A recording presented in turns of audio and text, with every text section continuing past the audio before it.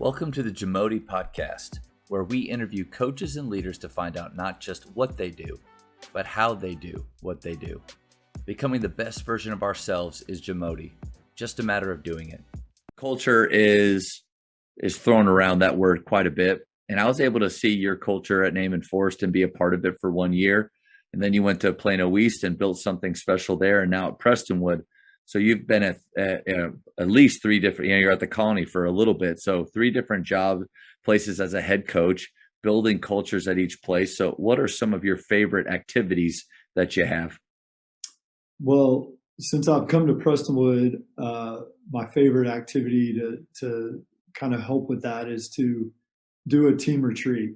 And so we've been fortunate enough to do it, I guess, 3 of the years at one of our players' lake house, or actually my coach 1 year and then a player the other year. But just to get the varsity guys together, and actually I include anybody that's going to be on varsity, because sometimes with football guys we might have some young guys up.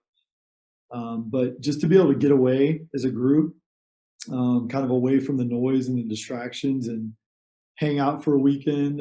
Usually we go out sometime in the afternoon and then come back the next evening. So it's really just a one-night deal, but it kind of allows us to have some fun together outside of basketball, break bread together, get around and talk about some things. We usually do a campfire or something, and we just get to know each other better. I mean, I know a lot of times you assume that the guys know each other, but just talking about family, how many siblings, something interesting about you that we don't know, and just try to get to know the teammates to get to know each other better, us as coaches to be able to get to know our players better.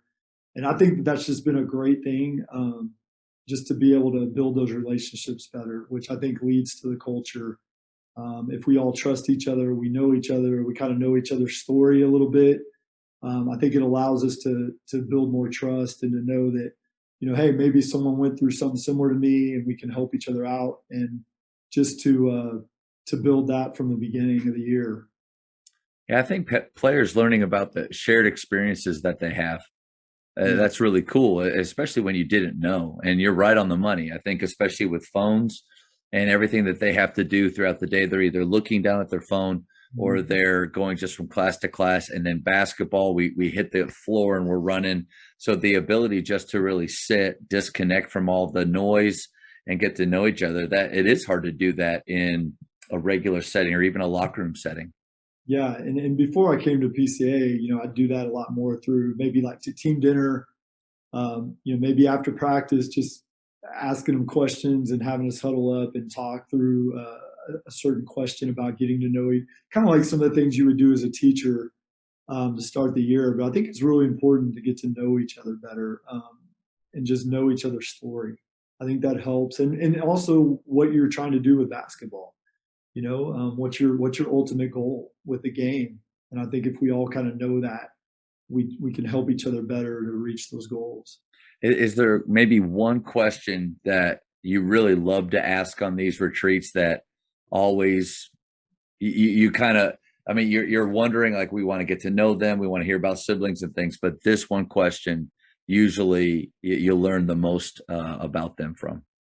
Well, I think what's gotten some of the best answers as far as just really digging in is just something that is interesting about you that we don't know, and that can go all over the place. And I've had a player that was kind of a bruiser that said he likes to write poetry, and like, who would have thought? Good for him for So just sharing things that. like that, guys that played guitar that we didn't even know they played guitar. I mean, and I know that doesn't really apply to the court, but I think it does in the sense that, it kind of just builds that camaraderie, and allows you to just build those relationships and deeper than what you would if you didn't do those things. Like you said, you just come into practice a lot of times and you just don't get to know each other to the depth that you probably should sometimes. So If your culture is only about basketball, Mhm. only about how to practice the right way, what type of style that you want to play. If it's only about that, I think it's pretty shallow, and it won't be something that leaves a long lasting mark. with your players. But when you get to who they are as people and help them to connect in different ways, I think those questions like that, I mean, that is culture, and it will, like the teams that love each other, I think are able to pull together, get a little bit farther when things are tough, are able to kind of come together better. So yeah, I think you're right on the money with the questions like that. Yeah, and I know that this year, each year I've gotten to where I, pick a theme. I didn't used to do that as a head coach, but now I'm kind of, I think it's important. I don't think it's necessary to win, but I think it can help just to kind of have a focal point. And our school usually picks a scripture every year that they, for the school year.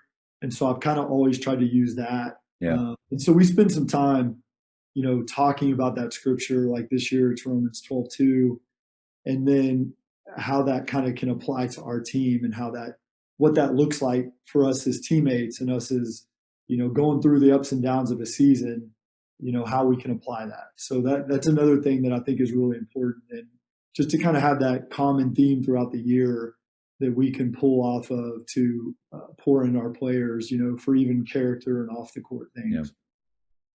Okay, Coach, what is one thing that myself or a lot of people don't know about you? Wow.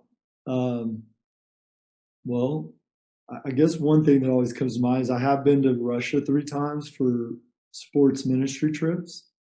I don't know if you knew that or not. I did not know that. Yeah, 3 times. So like in my early to mid 20s, I took 3 trips over there, Moscow area, south of there, and spent a week to 10 days each time.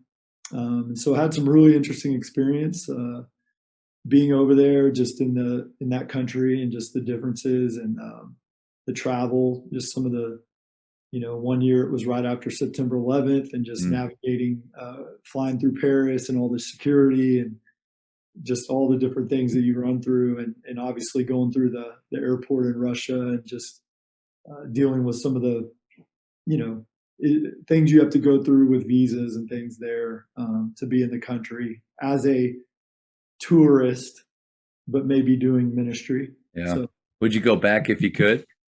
I would, if I had something like that I was doing. Yeah. I would love to go to St. Petersburg someday, just from the history of World War II and things like that. I enjoy that part of history, and that's obviously a pivotal part of the World War II history. So I would like to go there someday, but I don't know. I don't have any plans. Thank you for checking out today's episode. Please take a moment to subscribe to this podcast, share it with your fellow coaches, and find us on social media for what's coming up next on the Jamodi podcast. It's just a matter of doing it.